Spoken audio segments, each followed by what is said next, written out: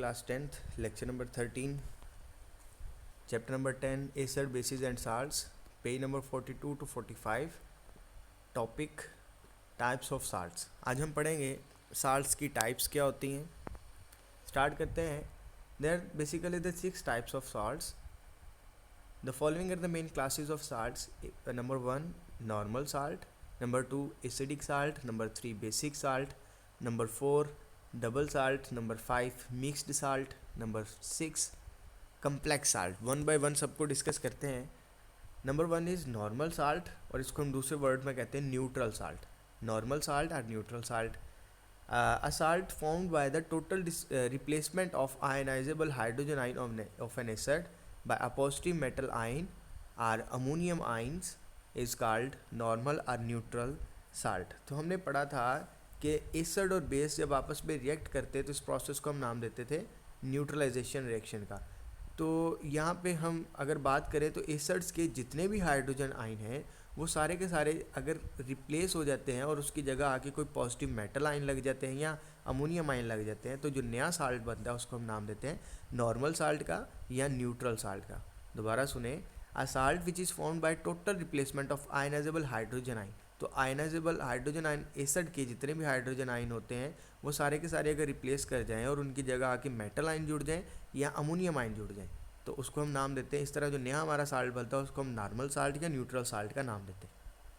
These salts are neutral to litmus, और ये वाले जो साल्ट्स होते हैं लिटमस पेपर के लिए न्यूट्रल होते हैं, उनके ऊपर इसका कोई भी कलर चेंज नहीं होता. फॉर एग्जांपल जब NaHCl और KOH जब रिएक्ट करते हैं तो हमारे पास यहाँ पे हाइड्रोजन, ये एसिड है तो यहाँ पे एक हाइड्रोजन था, वो हाइड्रोजन जो था वो रिप्लेस कर गया तो साथ में पोटाशियम आके जुड़ गया. क्लियर. इस तरह जब H2SO4 जब रिएक्ट करता तो यहाँ पे 2 हाइड्रोजन आयन थे तो यहाँ पे दोनों के दोनों क्या थे, रिप्लेसमेंट हो गई दोनों की.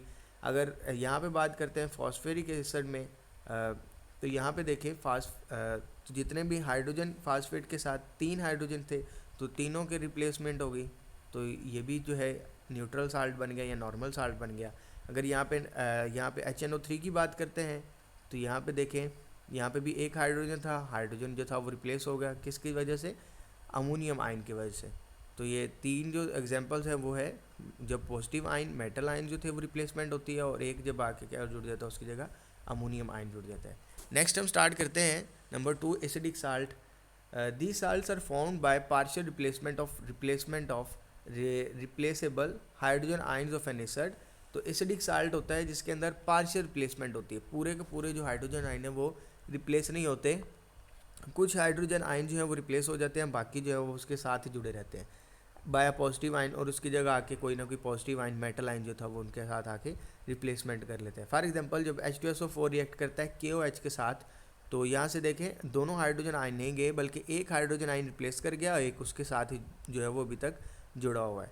इसी तरह जब फॉस्फेट आयन H3PO4 के साथ फास्फोरिक एसिड के साथ जब आके 3 हाइड्रोजन थे तो NaOH ने जब इसके साथ रिएक्ट किया तो एक हाइड्रोजन था वो रिप्लेस हो गया, बाकी 2 हाइड्रोजन अभी उसके साथ ही अटैच्ड है.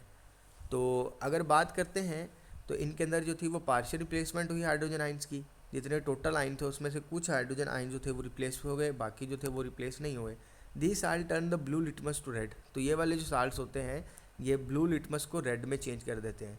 The acidic salt react with bases to form normal salts. और ये वाले जो नए साल्ट्स बनते हैं इनके रिएक्शंस के नतीजे में जो नए साल्ट्स बनते हैं जब उनको हम बेसिस के साथ रिएक्ट करवाते हैं तो फिर वो क्या बनाते हैं, नॉर्मल साल्ट बनाते हैं. फॉर एग्जांपल जब ये देखें हमारे पास ये वाला साल्ट बना था KHSO4, तो जब हमने इसको दोबारा KOH के साथ रिएक्ट करवाया तो उसने हमारे पास अब total replacement of hydrogen ion हो गई और हमारे पास पोटाशियम सल्फेट बना और साथ में वाटर बन गया.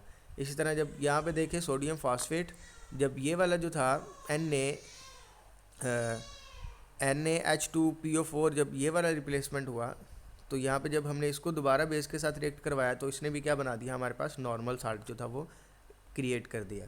क्लियर. तो इस तरह जब ये एसिडिक साल्ट्स को जब दोबारा इस बेसिस के साथ रिएक्ट करवाते हैं, जो नए के जो प्रोडक्ट्स बनती हैं जब इनको दोबारा एसिड्स के बेसिस के साथ रिएक्ट करवाते हैं तो ये क्या बना देते हैं, हमारे पास नॉर्मल साल्ट्स जो है वो या न्यूट्रल साल्ट्स वो बना देते हैं. नेक्स्ट है basic salt.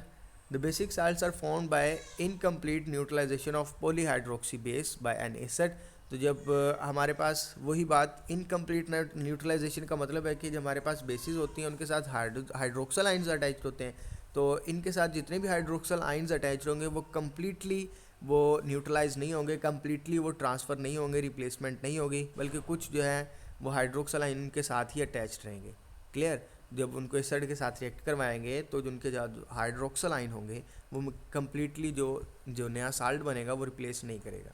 Clear? For example when aluminium hydroxide react with HCl it form AlOH, यहाँ पे H3 था, यहाँ पे OH2 है, मतलब यहाँ पे कंप्लीट जो था वो उनकी रिप्लेसमेंट नहीं हुई, इनकम्प्लीट न्यूट्रलाइजेशन हुई, और साथ में क्या बना, वाटर बन गया। इसी तरह जब PbOH2 जो था वो जब रिएक्ट करता है एसिटिक एसिड के साथ तो साथ में बनता है PbOH CH3COO।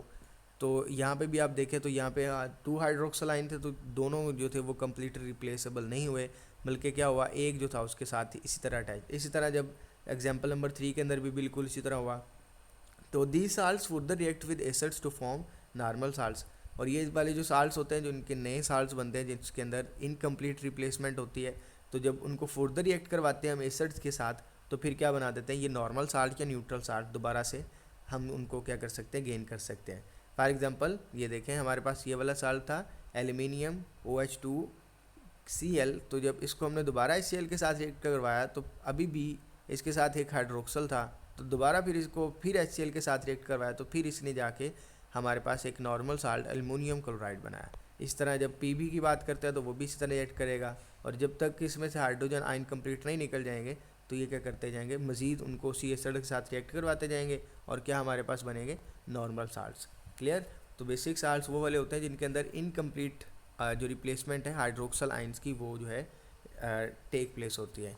नेक्स्ट हम बात करते हैं डबल साल्ट्स की definition. Double salts are formed by 2 normal salts when they are crystallised from a mixture of equimolar saturated solution. तो डबल साल्ट जो होते हैं, जब 2 नॉर्मल साल्ट्स को जब इक्वीमोलर उनको सैचुरेटेड सॉल्यूशन को क्रिस्टलाइज किया जाता है, तो जो नया हमारे पास साल्ट्स बनता है उसको हम नाम देते हैं डबल साल्ट्स का। The individual salt component retain their properties. तो हर जो उसके अंदर जब दोनों इक्विमोलर साल्ट जब सोल्यूशन बनाते हैं अपना, क्लियर, तो जो सैचुरेटेड सोल्यूशन बनता है उनकी जो रेशियो ली जाती है वो इक्वल ली जाती है। तो इस तरह जो हमारे पास नया जो हमारे पास सोल्यूशन बनता है उसके अंदर हर कंपोनेंट, मतलब हर जो साल्ट होता है वो अपनी करेक्टरिस्टिक्स को सेपरेटली शो कर रहा होता है।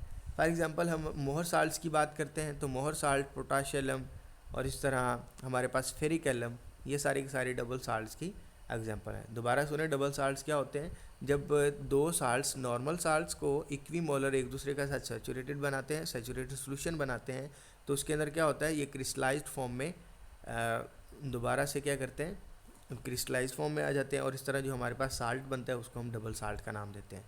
क्लियर? नेक्स्ट हम बात करते हैं मिक्स्ड साल्ट की। The mixed salt contain more than 1 basic और एसिडिक साल्ट, एसिडिक रेडिकल। तो इसके अंदर एक या एक से ज़्यादा एसिडिक और बेसिक रेडिकल्स होते हैं, उसको हम नाम दे देते हैं मिक्स्ड साल्ट का। For example bleaching powder CaOClCl2। Clear? It is an example of mixed salt. तो ये हमारे पास एक मिक्स्ड साल्ट है। अगर हम इसके अंदर देखें तो ये एसिडिक रेडिकल है कैल्शियम, एक कैल्शियम जो ये बेसिक रेडिकल है, और यहाँ पे हमने 2 या 2 से ज़्यादा बात की, एक से ज़्यादा बात की, तो वो क्या है इसके अंदर कैल्शियम क्लोराइड आयन। तो क्लोराइड आयन यहाँ पे एसिडिक रेडिकल्स है। क्लियर? तो ब्लीचिंग पाउडर जो है ये मिक्स्ड साल्ट की एग्जाम्पल है जिसके अंदर 2 या एक से ज़्यादा जो था, एक से ज़्यादा एसिडिक या बेसिक रेडिकल्स एग्जिस्ट करते हैं, उसको हम मिक्स्ड साल्ट का नाम देते हैं। Complex salt on dissociation provides a simple cations and a complex anion and vice versa।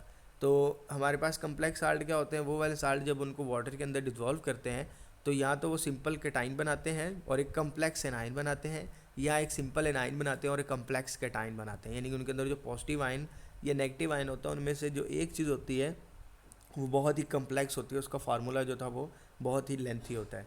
For example potassium ferrocyanide FK4FeSN6, जब इसको हम आयनाइज करते हैं, जब इसकी आयनाइजेशन होती है तो हमारे पास सिंपल केटाइन बनता है, पॉजिटिव आयन हमारे पास पोटाशियम बनता है, और साथ में जब कम्प्लेक्स एनाइन बनता है वो होता है FeSN6⁻⁴। तो ये हमारे पास एक कम्प्लेक्स साल्ट की एग्जांपल है पोटाशियम फेरोसाइनाइड। नेक्स्ट डिस्कस करते हैं तो यही हमारी 6 टाइप्स थी, जिसके अंदर हमने पढ़ा acidic salt, basic salts, normal salts, उसके बाद हमने पढ़ा डबल साल्ट्स, उसके बाद हमने पढ़ा मिक्स्ड साल्ट और complex salt. Best of luck.